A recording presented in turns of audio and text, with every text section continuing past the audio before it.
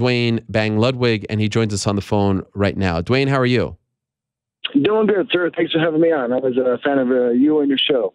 Oh, thank you very much, Duane, and great to have you on, and congratulations. By the way, before we get into everything, I'm just curious, because you've been around the sport for so long and you're in corners. Did you see that Conor footage from Bellator? And if so, how do you feel about it? As someone who's been there when fighters have won and lost, do you think that he's, crossed the line? Do you think that, he should not be doing that sort of? Do you have a take on that? You're there. You know more about this stuff than us. If you saw it, what do you think about it all?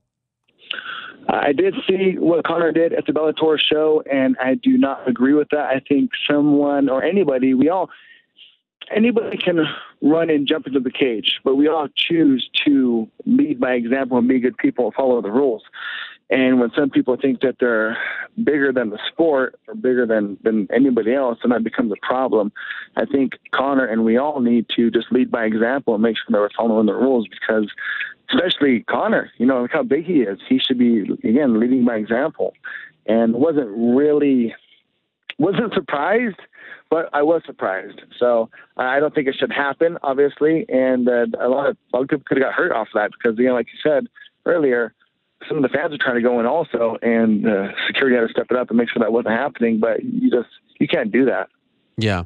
An unfortunate situation, especially considering just how popular he is, especially in Dublin. So we'll see what happens there. Now let's talk about your night just a little over a week ago in New York City. And I asked TJ this question last week on the program, and I'm wondering if you feel the same way. Did you, considering the history there, and you have a history with Team Alpha Male, very well documented, did you feel vindicated? How would you describe your emotions on Saturday after seeing what happened? Did you was this a little more personal for you? And did you feel like, okay, this is vindication for everything that has happened over the past year and a half? Well, I tried to look at it from a broader perspective and just realize that it was an excellent challenge, because they really knew how TJ and I trained. They understand our system. Our system of 3 years ago, we're always progressing and improving, and it was just good to get another win and not really make it personal, but just keep it business. And that's the best way that we both operate. And again, to go back to the Conor situation, and in this situation, I really could have, I chose to take the high road in all this, not really get into a battle about anything, and just make sure that we're focusing on the task at hand, and that's improving in our martial arts skill set so that we can become the best that we can, and not jump on Twitter or any social media handles and bicker back and forth with anybody, but to, again, focus on the task at hand and improve. I think that saying is true, that winners focus on winning. And it proved to be the case. All two champions got their belts taken away, because I think, and I can't say, I'll say this. I'll say for a fact that when TJ and I are training, we focus on ourselves. We mind our business. We do what we need to do to improve. Wasn't any special vindication other than to see TJ get his title back. But with all the drama behind the scenes and what led up to that, outside of the typical situation of a fight, just like to steer clear of it and, lead by example and be a good person and just look past it, because we have a lot of people looking at us right now, and how are we reacting to that? How do we react when someone gets in our face and challenges us to a fight and just bickers and brings up all this, it seemed to me seriously like I was back in high school. That's what it felt like. So it was good for me to, experience that again and show the people that were watching how to handle that situation. So I am grateful for the way it went down. Are you happy it's over? I'm happy it's over. That's for sure. I'm looking forward to testing our skill set against Demetrious Johnson and Matt Hume. That's what I'm looking forward to. I'm a martial art fan nerd, so I love to just dissect things, figure out the riddle, figure out the puzzle, and come to an answer or solution, and make sure that we are progressing and getting better. And that's going to be an excellent challenge and test, is to fight, against Matt Hume and Demetrious Johnson once again, but with TJ, obviously. So this is something I'm looking very forward to. I know I'm jumping topics here. Sorry. But I'm looking forward to that situation, much more so than any bickering. We'll get to DJ in a second, but I'm just curious. Was it difficult for you? For the I mean, this got personal, and a lot of accusations were thrown out. Was it difficult for you to bite your tongue? Because I did notice for the most part, you kind of stayed out of it, and it really just became TJ versus Cody. There were times your name was brought up, but I mean, you could have been a much bigger part of the whole situation. And I noticed that you were very much, in the distance, and probably for the best as far as, drama is concerned. I know you were not interested in that. Was it difficult, though, considering you knew all these guys, to bite your tongue as much as you did?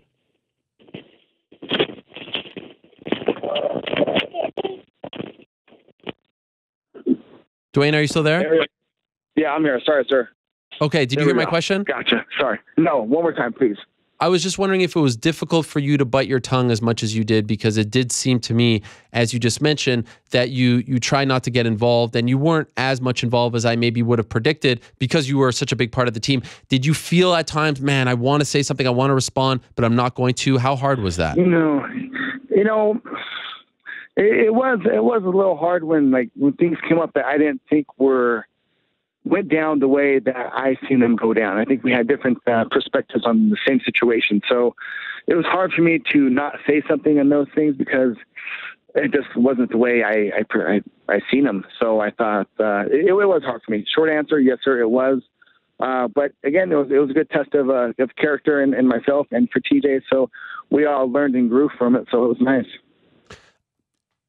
What were you thinking in the first round? Me personally. So this is, so I have, for me, I'm all in. I don't really have a reserve. If I focus on something, I figure out the best way to get it done. And whatever the job is, I used to work for Kmart, and I used to push buggies into the store.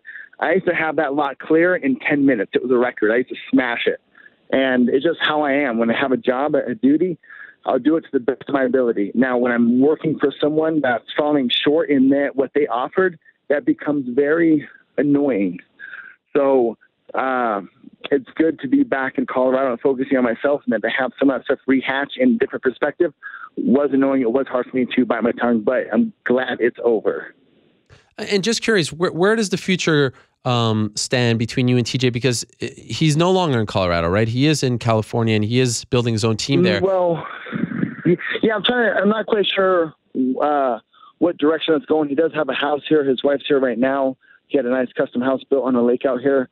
The training for him, and he's happier just spiritually in California. So it's like, man, there's more training partners there for him, his weight class.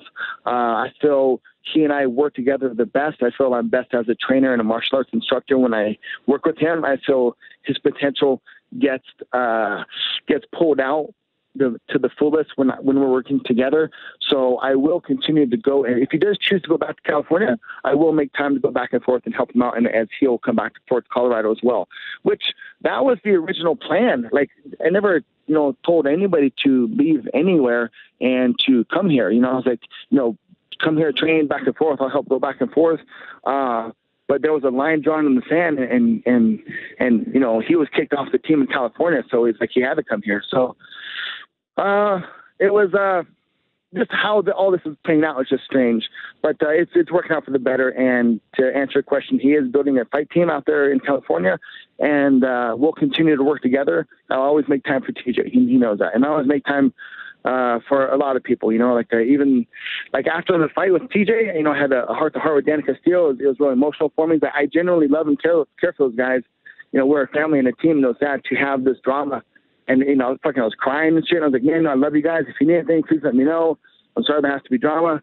And it just goes back to my personality. If I'm in, I'm all in. So it's hard for me not to not get, emotionally wrapped up. And then to have this all happen, it was a good test of my character. So I jumped around a little bit. Sorry, but I want to touch base with some things that I just want to say. I still love those guys. It's sorry that there's drama, and hopefully we can move on, which we've moved on. So hopefully they can as well. When you say we, I'm assuming you mean you and TJ. Did you have a chance to talk? Yes, sir. Sorry. Did you have a chance to talk to any other members of the team afterwards to clear the air, to bury the hatchet? No, not really. It was just Danny Castillo and I. He was one of the closer guys. We were one of the closer. I was pretty close to him, so I want to make sure that he understood where my heart was. And I talked to Buckles actually in Vegas and told him the same thing.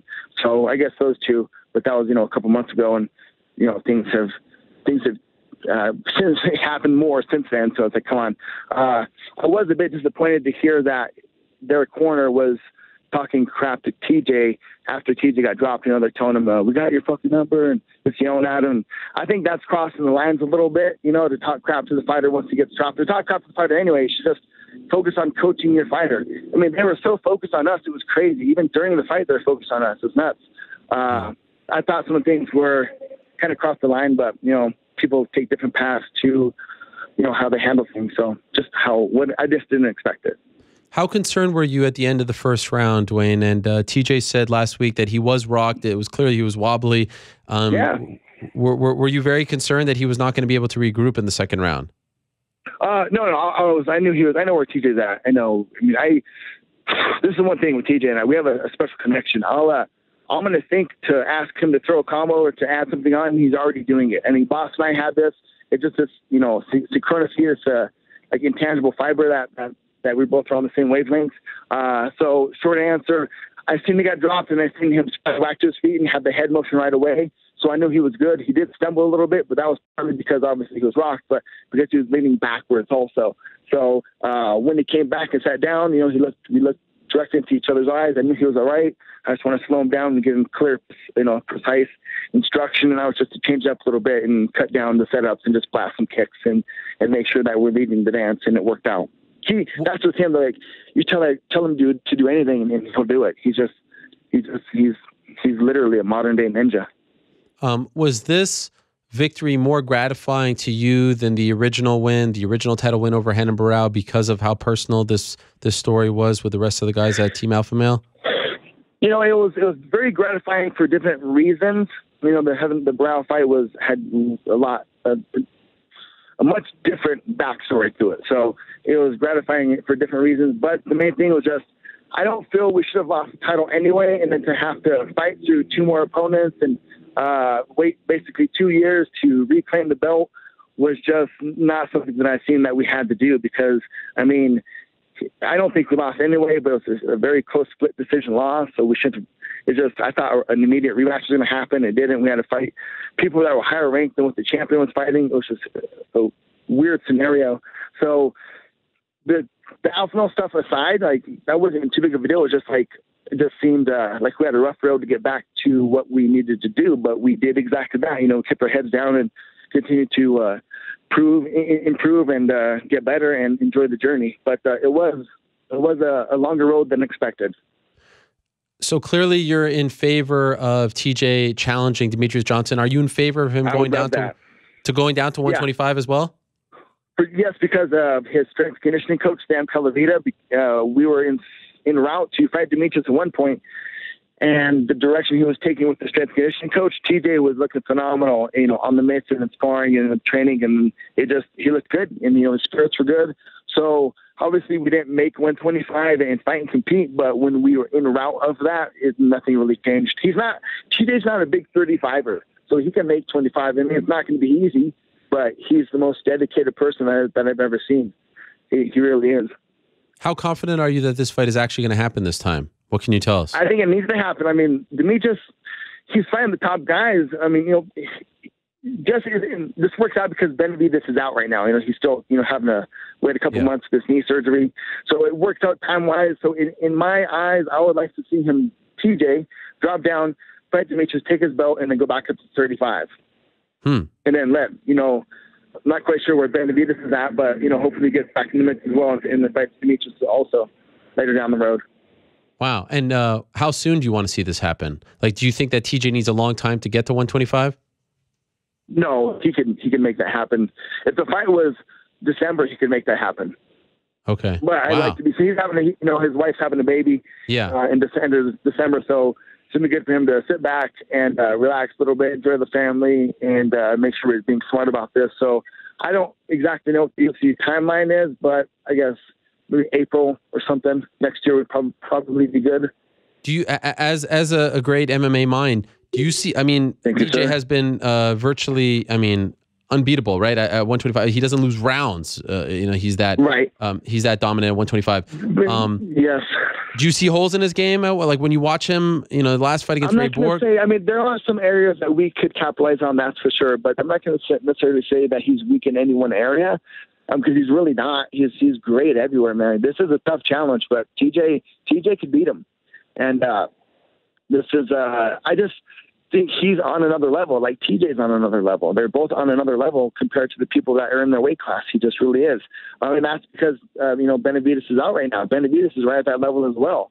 So it just works out. And, TJ and DJ, I mean, that's the fight to make happen. I think the fans hopefully really get behind that, and Dana and the UFC make it happen, because that is going to be a great mixed martial arts fight. I mean, that really is going to be great. By the way, were you at the gym during this much talked about Chris Holdsworth, TJ Dillashaw training session? Did you see what is that was under one of my sparring sessions in this? Yeah. But you got to remember, I don't know if you have to remember, but I got to point this out, is that gym, we'd have 40 plus people on that mat. Not just that mat, all over. We'd have to have 2 groups in the ring, a couple by the bags, and it's like a shape of a 7. So we have to have 2 groups on one area, another 2 groups in another area, 2 groups in the ring, and then everyone else on the big mat. So, I didn't actually see anything. I did not see TJ knee him in the head on the ground. I did not see that. I mean, there's a million guys that I'm kind of watching and pay mind to, but that specific exchange, if it did happen, I did not see it. Do you suspect at some point TJ will meet Cody once again?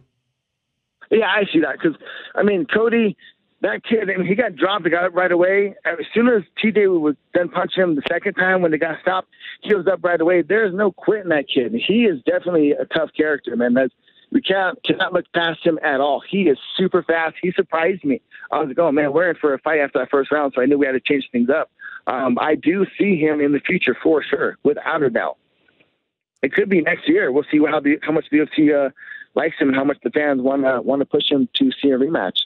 But he's going to have to earn his way up. He got stopped in the second round. I think he needs to make a couple fights and work his way back up, just like TJ did. I know I talk fast. Sorry, I get excited about this. Slow down. Do you ever think about your decision to leave Sacramento? Do you ever have any regrets, or are you fully happy now back home in Colorado doing your thing? I'm fully happy back home. Yeah, I'm fully happy back home. It's just Colorado's my home. I've known since I was a kid. I was a Helmut Academy here. There's way less traveling. I have, it just goes back to when I do something, I do it 100%. And now I'm just glad I'm doing 100% effort into my business rather than somebody else's business.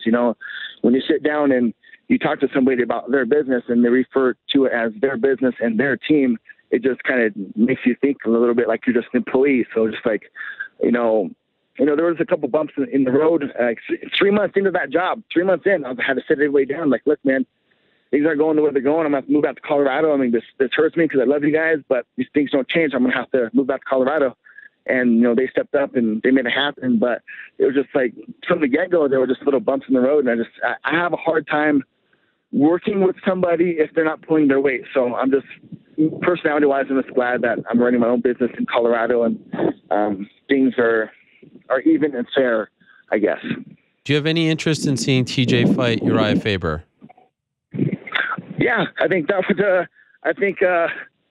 be, and not to be disrespectful. I'm not trying to be an asshole in any way, but that would be a pretty easy fight for TJ. That would be. Would you like to see it? Yeah, I would. Sorry. I would like to see that fight. I think that's a good, payday money fight for TJ. So let's make it happen. Why do you think it'll be easy?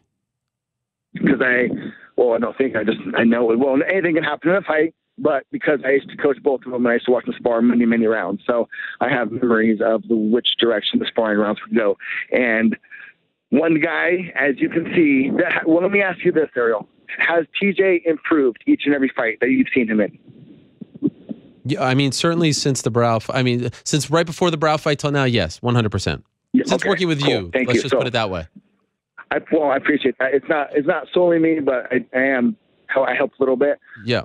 But he does improve, and Faber doesn't improve. Like, he had a very hard time picking up my system. He's just set in his ways, and that's good because it's been successful. But the sport has evolved, and he hasn't. So it would be, in my eyes, a pretty easy fight for TJ, and I would like to see it just because they both make some money out. So they'd be good for the sport, and in every direction it would be good. I'm not looking forward to dealing with drama again. They seem to love drama. I'd really like to stay away from that. Just if it does happen, just let it be a regular fight where we train and we do our interviews and we go and fight, but we'll see what direction it takes. But that aside, I still think the Demetrious Johnson fight has to happen, and then we'll go. You think the Faber fight does happen though? It can, I think it does, yeah, because the new owners of the UFC, I don't know what to say, obviously, but they haven't been giving. It's an entertainment industry, isn't it? The main owners, they own an entertainment company or in the entertainment industry or something. So they want entertaining fights, not necessarily the guy who's directly, number one title contender. Like, that doesn't really matter anymore. It's who's going to sell more pay-per-views and more tickets. So I think that fight's going to be great for that reason. Congratulations on the win. Very happy for you guys. Well-deserved, and looking forward to seeing that fight against Demetrious. I'd love to see it as well. Looking forward to seeing if you can figure out his puzzle. Ariel, thank you, sir. I appreciate my friend. As always, I'm a fan of you and your show, like I said in the beginning, and thanks for having me on. Yeah, we'll talk to you soon. Thank you, Duane.